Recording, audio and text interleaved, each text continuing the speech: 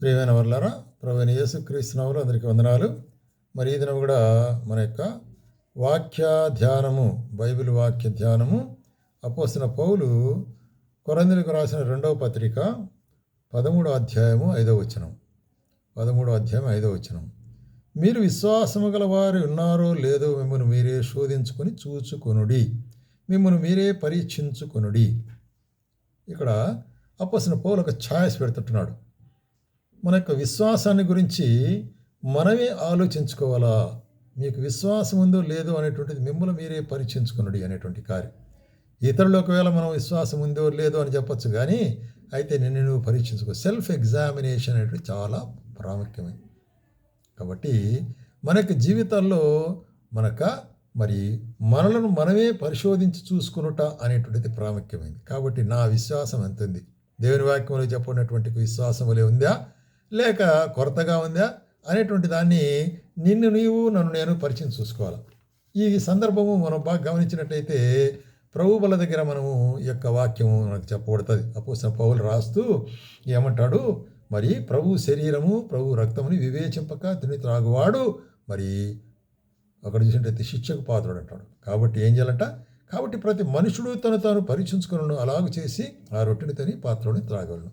1 కొరింథీయులకు 11:28. కాబట్టి మనం కమ్యూనియన్ అంటే ప్రభు బలలో పాలు పొందేటప్పుడు ఇతరులను మన పక్కనుండే వారిని కాదు, మన ఎదుటుండే వారిని కాదు, మనల్ని మనమే పరిచయం చూసుకోవాలనేటువంటిది చాలా ప్రగాఢంగా చెప్పేటువంటి కార్యము.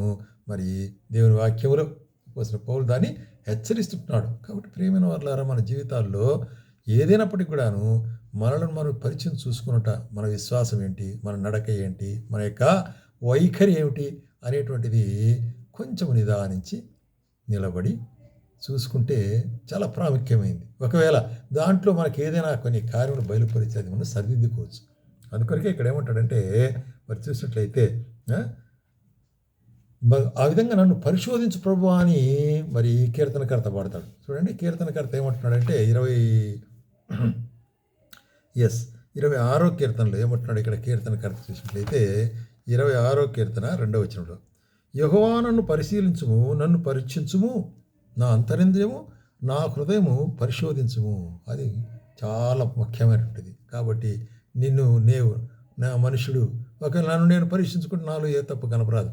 కాబట్టి ప్రభువా, నీవు నా హృదయాన్ని పరీక్షించు, నా అంతరంగాన్ని పరీక్షించు ప్రభువా, నా అంతరంగం నుండి మరి లోపములు లోటు బాటలని నాకు బయలుపరచు ప్రభువా అనేటువంటి కార్యాన్ని. ఇంకా మనం బాగా చూసినట్టయితే 139వ కీర్తనలు అంటాడు 23వ వచనంలో, దేవా నన్ను పరిశోధించి నా హృదయం తెలుసుకును, నన్ను పరీక్షించి నా ఆలోచనలు తెలుసుకును.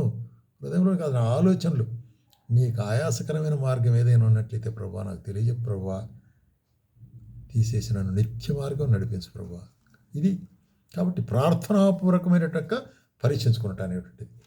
కాబట్టి సెల్ఫ్ ఎగ్జామినింగ్లో మనల్ని మనం పరీక్షించుకున్నట్టు ప్రార్థనాపూర్వకముగా, దేవా నీవు బయలుపరచు తండ్రి నీ కార్యములు అని.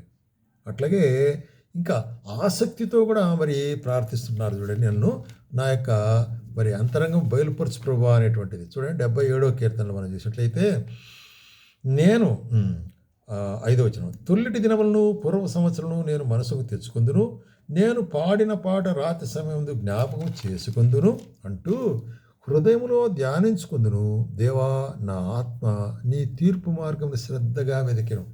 కాబట్టి నీ తీర్పు మార్గము నేను శ్రద్ధగా వెతుకుచుంటున్నాను. ఈ యొక్క మార్గం ఏంటి అనేటువంటి కార్యాన్ని నాకు బయలుపరచు ప్రభువా అంటున్నాడు. అందుకొరకే మరి చూస్తుంటాము ఇర్మియా రాసినటువంటి విలాపక వాక్యాల దాంట్లో మనం చూస్తున్నాం 3వ అధ్యాయము 40వ వచనములో, మన మార్గములను పరిశోధించి తెలుసుకొని మనం యెహోవా తట్టు తిరుగుదము. కాబట్టి ఆయన వైపు, యెహోవా తట్టు, దేవుని వైపు, దేవుని కార్యముల వైపు, దేవుని సముఖం వైపు, దేవుని మందిరం వైపు మనం తిరగాలంటే మొట్టమొదటిగా ఏం చేయాలా, మన యొక్క కార్యములు మనం పరిశోధించుకోవాలి, మన హృదయాన్ని పరిశోధించుకోవాలి. ఆకాశమున దేవుని తట్టు మన హృదయంలో మన చేతులను ఎత్తుకుందాం. కాబట్టి మన చేతులు మన హృదయం ఆకాశమున దేవుని వైపు ఎత్తుకొని మనం పరీక్షించుకోవాల్సి అనుకుంటున్నాము. కాబట్టి ఇటువంటి ఒక నమ్మకమైన లేక ఆసక్తికరమైనటువంటి మరి పరిశోధన అంతరంగమైనటువంటిది చాలా ప్రాముఖ్యము అనేటువంటి కార్యాన్ని మరి ఇక్కడ మనకు బయలుపరుస్తాం. అయితే మరి ఎందుకు ఈ విధంగా మనము పరీక్షించుకోవాలా అనేటువంటి కార్యాన్ని మనం గమనించినట్లయితే, ఎందుకు పరీక్షించుకోవాలా అనే కార్యం చూస్తే 139 కీర్తనలు ఏమంటాడంటే, నా మార్గములు నేను పరిశీలన చేసుకుంటుని, నీ శాసనముల సట్టు మరలుకొంటిని.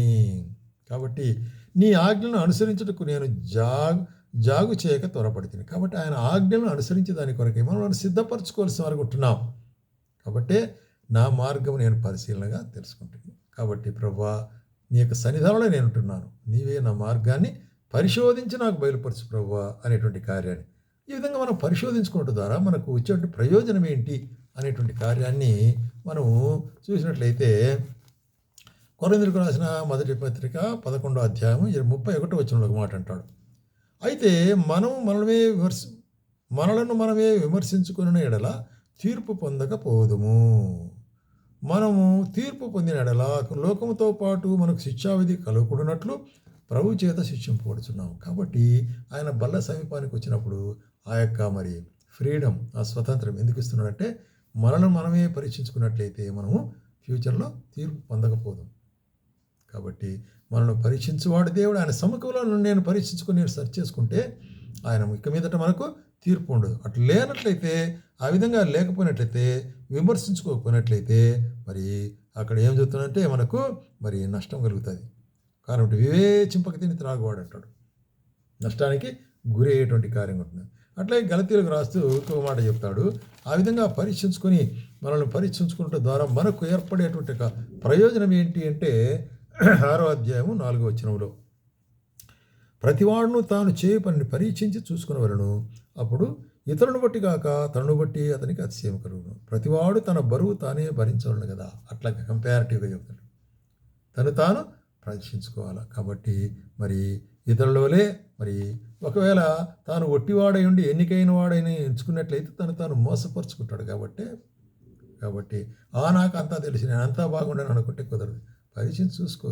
పరిశుద్ధాత్మునికి ఎక్కడెక్కడైతే కొరత చెప్తుంటున్నాడో అందుకొరకు ఏమంటాడు చూసినట్లయితే, యోహాను రాసిన పత్రిక మొదటి పత్రిక 3వ అధ్యాయము 20వ వచనంలో ఏమంటున్నాడంటే, ఇందువలన మన హృదయము ఏ విషయముల్లో మన ఎందుకు దోషారోపణ చేయను ఆయా విషయముల్లో ఆయన ఎదుట మన హృదయమును సమ్మతిపరుచుకుందాము.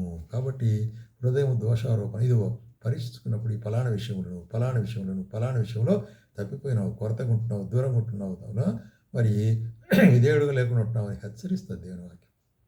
అప్పుడు ఏం చేయాలి, మనం సెర్చ్ చేసుకొని ఆయన సన్నిధానంలో మనం ముందుకు సాగవలసి వారుకుంటున్నాం. ఎందుకంటే మన హృదయాంతరంగా పరిశోధించేవాడు దేవుడు. అయితే మనకు ఒక తరుణం ఇస్తున్నాడు మనం. కాబట్టి సెల్ఫ్ ఎగ్జామినేషన్ అంటే చాలా ప్రాముఖ్యమైన కార్యం. కాబట్టి మనం అందరం కూడా ఆయన సన్నిధానంలో విశ్వాసం కలిగిన వారం ఉంటున్నామో లేదో అని పరీక్షించుకుంటా అనేటువంటి చాలా ప్రాముఖ్యమైన కార్యంగా ఉంటున్నది.